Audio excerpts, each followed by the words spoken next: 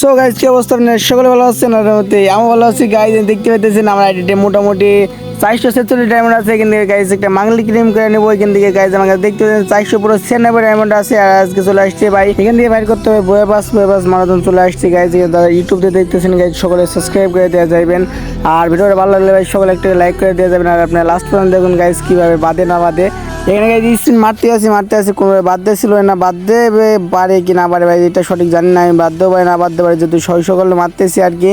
Guyana তো বুঝি ভাই, ডায়মন্ড কার ভাই মাস্টার, ঠিক আছে, মানে ডায়মন্ড দিবে ঠিকই, আবার সবাই গায়ে নিবে একই ইভেন্টের ভিতরেই।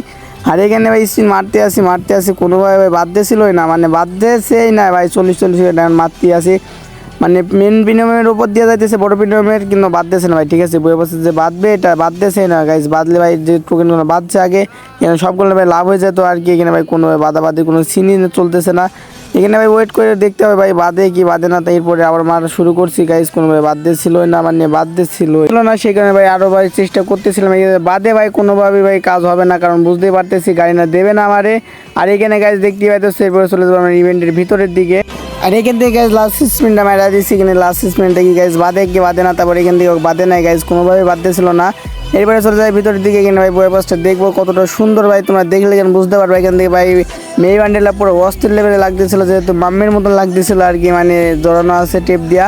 আর এই পাশ দিয়ে ভাই 10 লেভেলে গেলে ভাই একটা প্যান দিতেছে। আর এই পাশ দিয়ে ভাই চলে যাবে না বয়ে পাসের ভিতরে। এখানে ক্লিম করার পাশে ভাই দেখতে পাইতেছো ভাই বান্ডেল লুটবক্স সব কিছু মোটামুটি ভালোই দিচ্ছে, একটাও নর্মাল না ভাই, ঠিক আছে। তারপরে এখান থেকে আমরা চলে যাওয়ার ভিতর দিয়ে কার 90 স্কিল যে ব্যানারের পরে মোটামুটি অনেকটা পরিমাণে ভালো হবে ভাই। এখানে সবচেয়ে টপ যে বিষয়টা সেটা হচ্ছে গাইজ ওয়ালটা দিতেছে আর যে বান্ডিলটা দিতেছে গাইজ, দুটোই পুরোপুরি অস্থির ভাই। এটা পুরো 8টি গুলো বান্ডিলের মতো লাগতেছে আর কি। এখানে যে বান্ডিলটা দিতেছে আর কি, এই বান্ডিলটা ভাই প্রচুর পরিমাণে ভালো লাগতেছে। আর ওয়ালটা মোটামুটি ভালো, কিন্তু দেখতে পাইতেছো গাইজ বান্ডিলটা পুরো হ্যাকার টাইপের লাগতেছে।